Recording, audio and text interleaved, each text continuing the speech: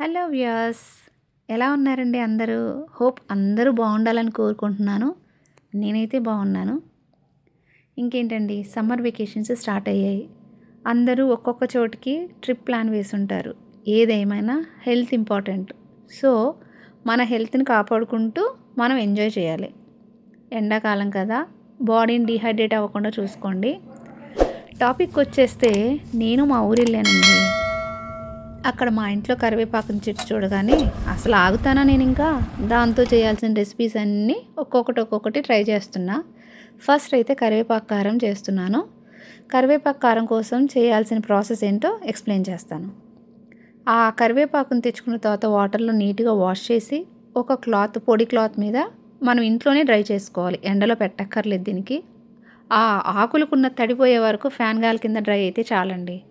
దాని తర్వాత ఒక కళాయి తీసుకొని కొంచెం ఆయిల్, దీనికి ఎక్కువ ఆయిల్ పట్టదు, కొంచెం ఒక 2 స్పూన్స్ అంత ఆయిల్ వేసేసి అందులో ఈ ఆకుల్ని డ్రై చేసుకొని పక్కన పెట్టుకోండి. అదే ఆయిల్లో ఎండుమిరపకాయలు మన కారానికి సరిపడా, కొంతమంది ఎక్కువ తింటారు, కొంతమంది తక్కువ తింటారండి. మీ కారానికి సరిపడా మీరు ఎండుమిరపకాయలు వేసుకోండి. నేనైతే ఇలా కొన్ని వేసుకున్నాను, మా ఇంట్లో తినే కారాన్ని బట్టి. ఎండుమిరపకాయలు కలర్ మారాయి దడుచుకోకండి. దాని తర్వాత ఎండుమిరపకాయలు పక్కన పెట్టుకున్న తర్వాత అందులోనే అదే ఆయిల్లోనే పచ్చిశనగపప్పు, చాయ్ మినపప్పు అంటాం కదా, చాయ్ పప్పు అంటాము, అది కూడా వేసుకొని ఇలా డ్రై చేసుకుంటున్నాను. ఎక్కువసేపు వేయించక్కర్లేదు, మనం పచ్చి స్మెల్ పోయే వరకు డ్రై చేసుకుంటే చాలండి. దాంట్లోనే కొంచెం చింతపండు వేసుకొని పక్కన పెట్టుకున్నాం కదా, ఈ ఆకులు, ఎండుమిరపకాయలు, పప్పు దినుసులు అన్నీ ఉన్నాయి కదా, అవి కొంచెం చల్లారిన తర్వాత మిక్సీ పట్టుకుందాం. ఓకే, ఇప్పుడు వెల్లుల్లి రెబ్బలు కూడా వేసుకోవాలి ఇందులో. వెల్లుల్లి రెబ్బలు పొట్టు తీసుకొని పక్కన పెట్టుకున్నాను. పచ్చిశనగపప్పు, సాయిపప్పు, ధనియాలు కూడా వేసానండి. వీడియో అది క్లిప్ మిస్ అయింది. ధనియాలు కూడా ఉన్నాయి, ధనియాలు కూడా వేయాలి ఇందులో. ఇప్పుడు ఇవన్నీ అయిన తర్వాత మనం మిక్సీ పెట్టుకుందాం. ఆకులు ఇలా మనం చేతితో పట్టుకుంటే తునిగిపోయేంత పెల సౌండ్ వస్తాయి చూసారా, అలా వేయించుకోవాలి. అప్పుడైతేనే పచ్చి వాసన, ఆకులో ఉన్న పచ్చి స్మెల్ పోతుందండి. ఓకేనా? ఇంకా కరివేపాకుతో చాలా రెసిపీస్ చేశాను. అలాగే హెయిర్ టిప్స్ కూడా ఉన్నాయండో. కరివేపాకుతో చాలా చేశాను, చెప్తాను మీకు. మిక్సీ జార్లో ఒకదాని తర్వాత ఒకటి ఫస్ట్ ఎండుమిరపకాయలు వేసుకున్నాము.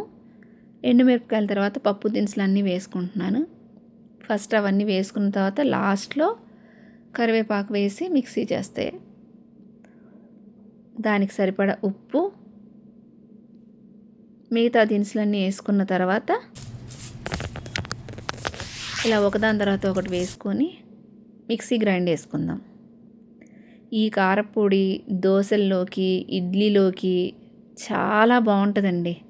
మేమైతే అట్టు మీద ఇలా స్ప్రింకిల్ చేసుకొని తింటాం. మా పిల్లలు అలా ఇష్టపడతారు. అందుకనే కరివేపాకు కారం ఎప్పుడూ ఉంటుంది. నువ్వుల కారం, కరివేపాకు కారం మా ఇంట్లో ఎప్పుడూ ఉంటుంది. ఇదిగోండి, మిక్సీ వేసాక ఇలా ఉంది. దీంట్లోకి మనం ఇప్పుడు ఇందాక వేయించి పక్కన పెట్టుకున్నాం కదా కరివేపాకు ఆకులు, అవి కూడా వేసేసుకుందాం. అవి కూడా వేసుకొని పల్స్ ఇస్తే చాలు, ఎక్కువ పెట్టక్కర్లేదు, మనం ఎక్కువ మిక్సీ వేయక్కర్లేదు, జస్ట్ పల్స్ ఇస్తే చాలు, రెడీ. ఇడ్లీలో అయితే మా పిల్లలు ఇలా కారపొడి అలా చల్లుకొని నెయ్యి వేసుకొని తింటారండి. ఆ వీడియో నేను పెట్టలేదు, ప్లస్ చాలా క్లిప్స్ మిస్ అయ్యాయి పెడదామంటే, మీకు చూపిద్దామంటే. ఇదిగోండి, ఫైనల్గా ఇలా ఉంది, రెడీ అయిపోయింది. వేడి అన్నం వండుకొని కొంచెం కరివేపాకు కారం వేసుకొని ఒక్క చుక్క నెయ్యి వేసుకొని ఆహా తింటే ఉంటుందండి. ట్రై చేయండి మీరు కూడా.